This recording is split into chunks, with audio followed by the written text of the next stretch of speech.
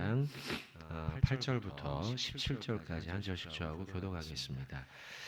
내 사랑하는 자의 목소리로구나. 보라, 그가 산에서 달리고 작은 산을 빨리 넘어오는구나.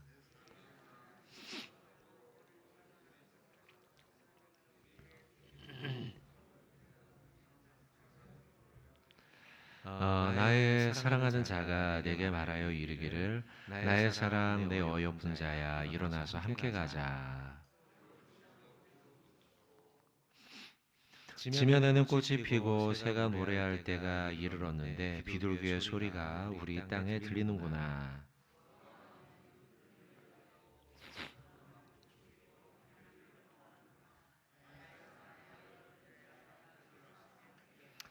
바위 틈 낭떠러지 은밀한 곳에 있는 나의 비둘기야, 내가 내 얼굴을 보게 하라. 내 소리를 듣게 하라. 내 소리는 부드럽고 내 얼굴은 아름답구나.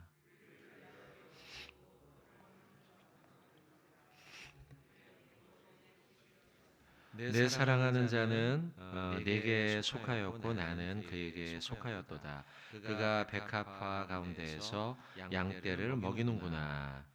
사랑하는 자야, 날이 저물고 그림자가 사라지기 전에 돌아와서 베데르 산의 노루와 어린 사슴 같을지라. 아멘. 자, 우리 리딩 지저스 오늘 아가서 1장부터 4장까지이고요. 그 가운데 2장의 말씀 보고 있습니다. 이제 잠언도 끝나고 전도서도 끝나고 이제 아가서는 오늘 내일까지만 이제 보게 되면은 다 보게 되는 길지 않은 본문입니다. Songs of 솔로몬이 이제 원제입니다. 솔로몬의 노래이다라고 되어 있고요. 솔로몬과 술람 여인의 사랑의 이야기가 기록이 되어 있고, 이것은 이제 상징적인 이야기입니다.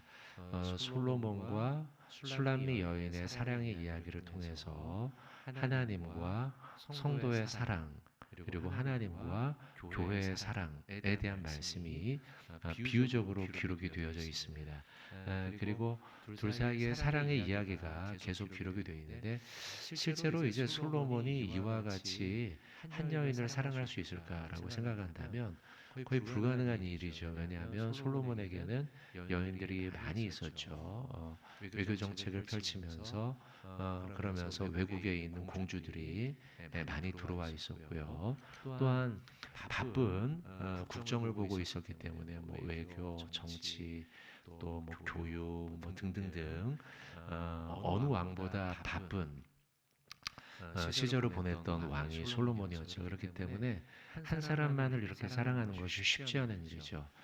이것은 또한 하나님과 우리 사이의 사랑에도 왜냐하면 수많은 일을 돌아보아야 됨에도 불구하고 오늘 이 아가서의 말씀처럼 하나님은 한 여인을 사랑하듯이 우리를 사랑하고 계시죠. 그것이 이제 우리에게 보여주는 아가서의 메시지입니다. 이 장의 말씀 속에서는 술람미 여인이 얼마나 그 솔로몬을 기다리고 있는가, 또한 솔로몬 역시 술람미 여인을 사랑하기에 그를 보기 위해서 저 멀리서부터 달려와서 그 여인을 보는 기쁨과 사랑의 감정 이런 것들이 이 장에 쭉 기록이 되어 있습니다.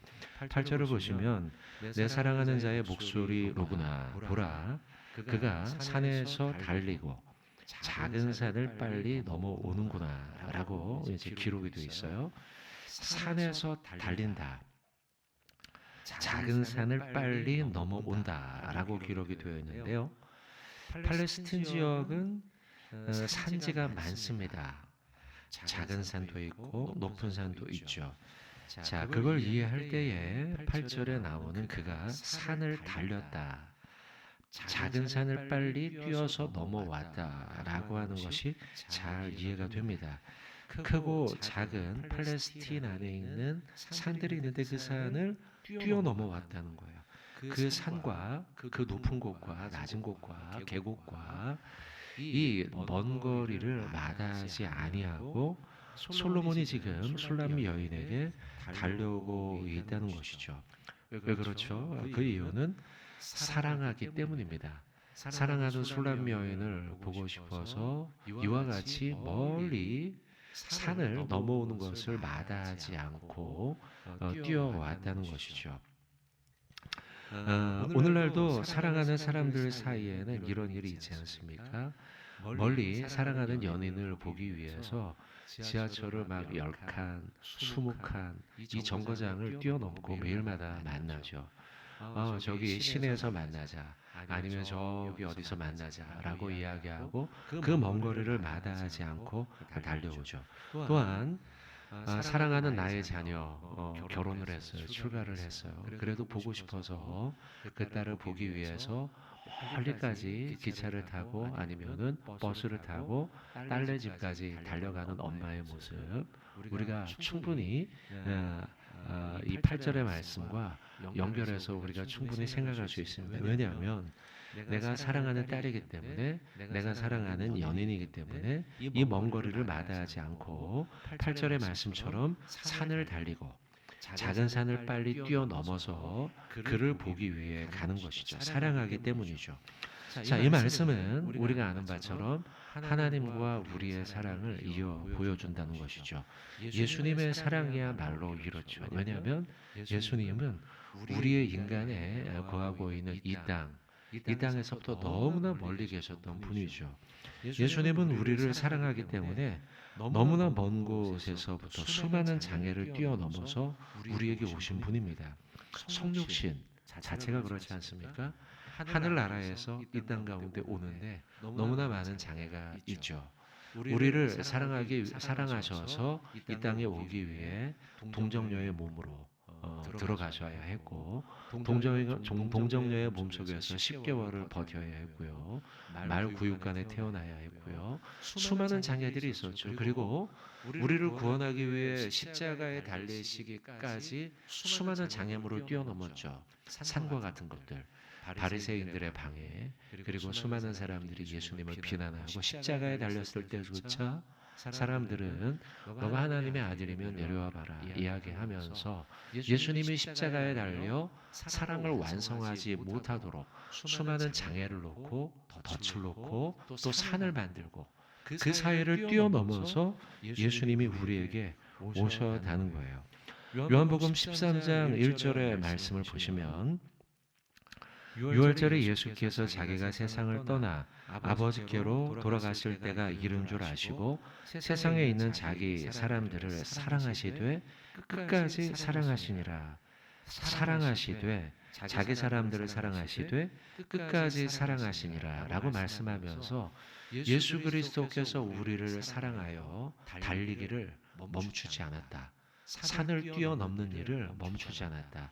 끝까지 사랑하셨다라고 기록하십니다. 같은 13장 34절에 그 사랑을 이렇게 말씀하십니다. 새 계명을 너희에게 주노니 너희도 서로 사랑하라는 거예요. 우리도 예수님의 사랑과 같이 서로 사랑하라는 거예요. 내가 너희를 사랑한 것 같이. 그 사랑은 어떤 사랑입니까? 장애물이 있어도 장애물을 뛰어넘는 사랑이었어요. 산이 있어도요, 산을 건너 달려왔고요. 그리고 그 작은 산들, 높은 산들을 빨리 넘어왔던 사랑이에요. 그 장애물을 포기하지 않고 사랑한 사랑이죠. 그 예수님처럼 우리도 오늘 이 말씀을 보면서 예수님의 사랑을 묵상하는 하루가 되어야겠다. 또한 그 주님의 사랑과 희생을 기억하고 묵상하면서 나도 하나님을 사랑하고 나도 새 계명을 우리에게 주신 것처럼 이웃을 사랑하는 하루가 되어야겠다. 자, 그렇게 하루를 우리가 살아가야 되겠습니다.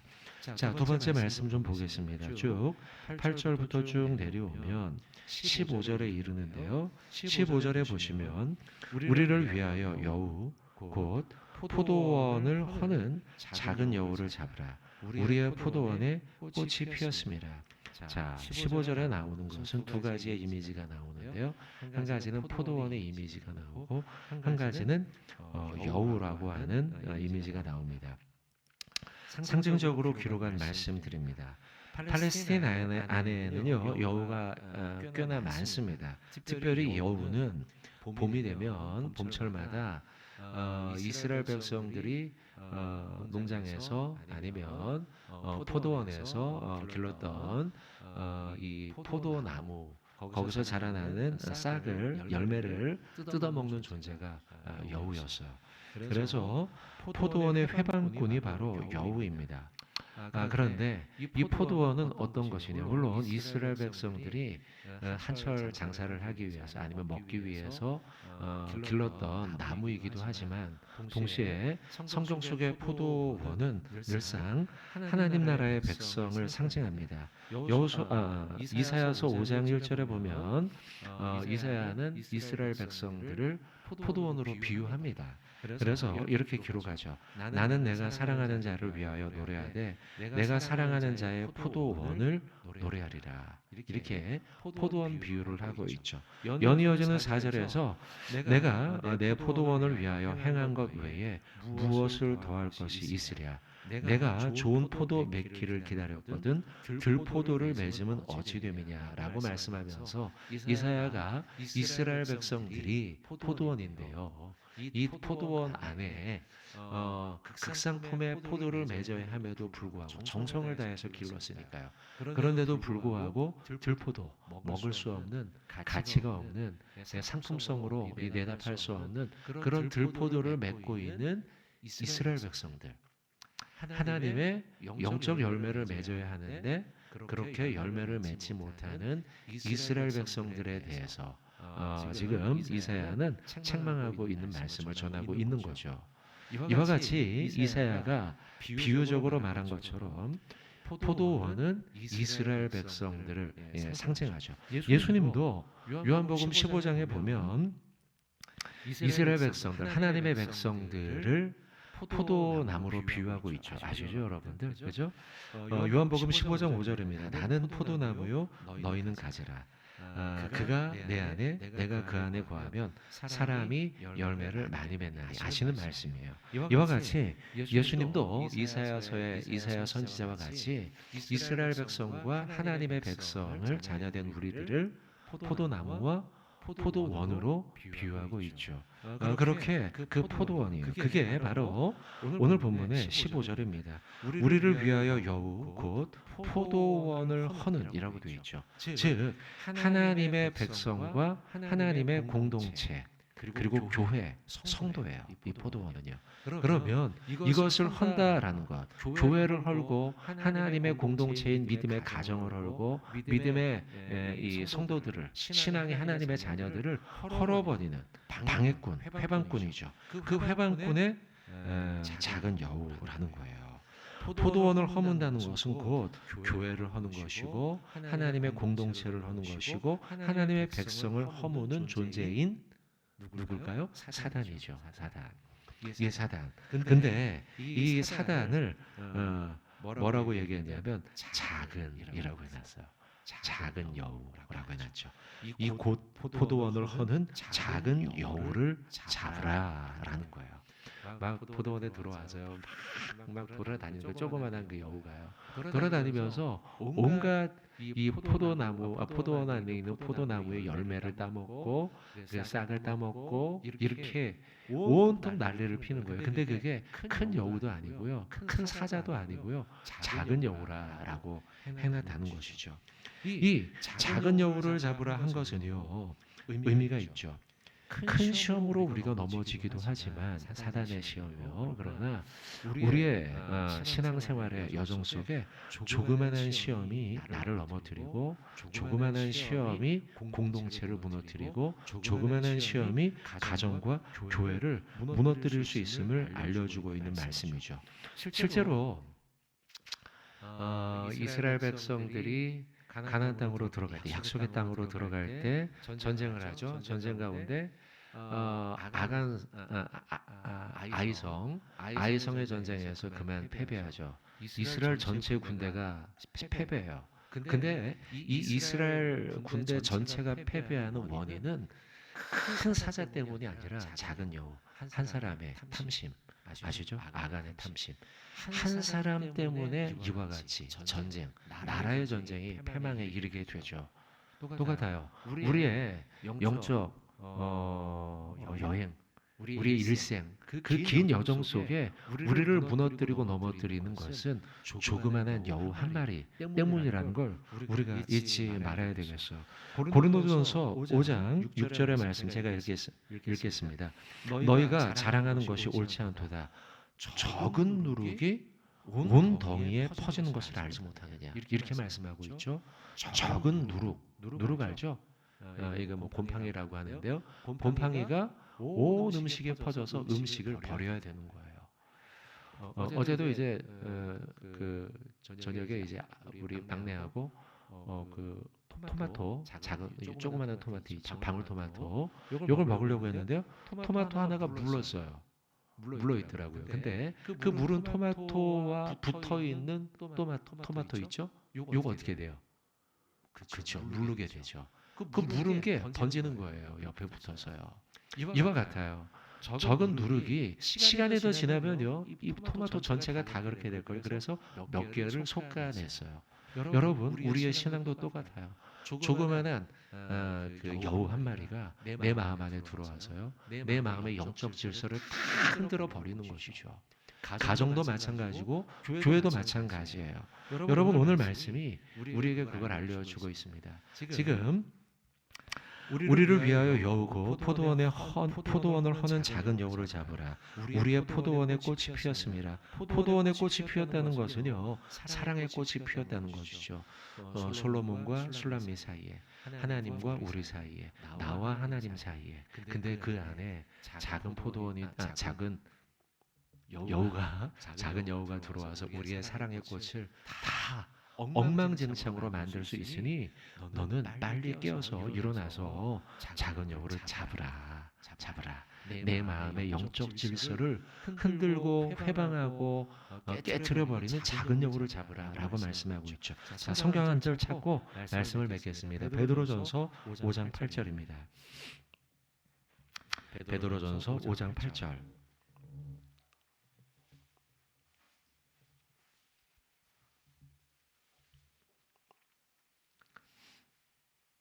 자, 같이 우리 한번 베드로전서 5장 8절 말씀 같이 읽겠습니다. 근신하라 깨어라 너희 대적 마귀가 우는 사자같이 두루다니며 삼킬 자를 찾나니 아멘. 근신하라 깨어라 깨어 있으라는 거예요. 그래서 내 마음의 영적 질서를 다 흐트러 놓고 있는 작은 여우를 잡아야겠죠. 자, 한 구절 더 찾겠습니다. 에베소서 4장 27절입니다. 에베소서 4장 27절 요 마지막 구절 한 절 찾고 말씀을 맺도록 하겠습니다. 에베소서 4장 27절. 에베소서 4장 27절 짧은 구절입니다. 같이 우리 봉독하도록 하겠습니다. 마귀에게 틈을 주지 말라. 한 번 더 읽겠습니다. 마귀에게 틈을 주지 말라. 아멘. 여러분, 오늘 하루 내 마음의 영적 질서를 흐트러버리고 있는 작은 여우에게 내 마음의 틈을, 내 영적 마음의 질서의 틈을 주지 않기를 주님의 이름으로 부탁을 드리겠습니다. 오늘 우리 말씀을 맺겠습니다. 두 가지 말씀을 나눴습니다.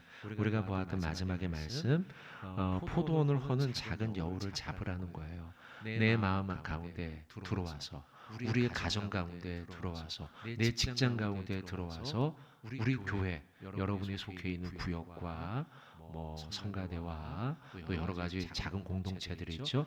그 안에 들어와서 포도원을 헐어버리고 있는, 무너뜨리고 있는 작은 여우를 잡아야겠다. 마귀에게 틈을 주지 말아야겠다. 말씀을 보았습니다. 또한 솔로몬이 술람미 여인을 만나고 싶어서, 사랑하는 그 여인이죠. 만나고 싶어서 산을 넘고 뛰어오고 뛰어왔던 그것이 바로 하나님의 사랑이었죠. 그래서 예수님의 이 땅 가운데 오셨던 성육신의 말씀을 잠깐 나눴어요. 하나님이 우리를 어떻게 사랑하셨는가? 수많은 장애물을 뛰어넘어서 우리 가운데 오셨다. 그 수많은 그 장애물과 방해를 뛰어넘어 사랑하기에 우리까지 오셨죠. 우리가 오늘 하루 예수님의 사랑을 다시 그 시공간을 뛰어넘어 우리에게 달려오셨던 예수님의 사랑을 묵상하면서 나도 주님을 사랑합니다. 그리고 그 사랑처럼 이웃을 사랑합니다. 이 말씀 기억하면서 하나님의 사랑을 실천해야겠다. 이 두 가지 말씀을 보았습니다.